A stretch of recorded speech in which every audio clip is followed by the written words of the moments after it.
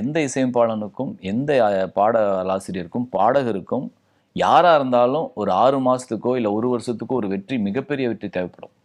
அப்பதான் நீங்க அந்த மோட்டிவேஷனா எடுத்துட்டு அவ்வளவுதான். இப்ப இவரு நம்பலாமா அப்படிங்கும் போது இப்ப என்ன சார் ஹிட் அப்படின்னு தான் கேட்பாங்க. புரியுதுங்களா? அதனால நம்ம அப்ப ஹிட் கொடுத்தோம் அப்படிங்கிறதுனால நம்ம கிட்ட வரமாட்டாங்க. எப்பயுமே ஹிட் கொடுக்குறாரா அப்பதான் நம்ம கிட்ட வருவாங்க.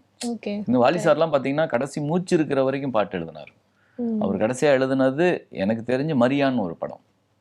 அதுக்கப்புறம் கூட ஏன்னா ஸ்டாக் பண்ணி ரொம்ப வருஷம் 5 வருஷம் ரிலீஸ் ஆகாம ரிலீஸ் ஆகி தான் வாலி சார் கடைசி பாட்டுன்னு சில பேர் சொல்லுவாங்க. அது தெரியல, எனக்கு கரெக்டா தெரியல. ஆனா வாலி சார் வந்து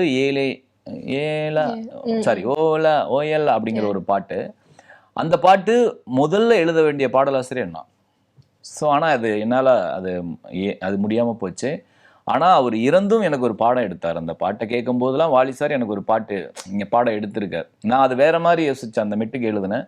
ஆனால் இப்படி இல்லை, சத்தகாரம் சில நேரம் வந்து இந்த சத்தகாரம் என்ன சொல்லுதோ அதுக்கேற்ற வார்த்தையை போடணுங்கிற அந்த அப்படிங்கிறத அந்த பாட்டு கேட்கும் போதெல்லாம் நான் வந்து ஒரு பாடமாக எடுத்துக்குவேன். வாலி சாருக்கு இந்த நேரத்தில் ஒரு நன்றி சொல்லணும்.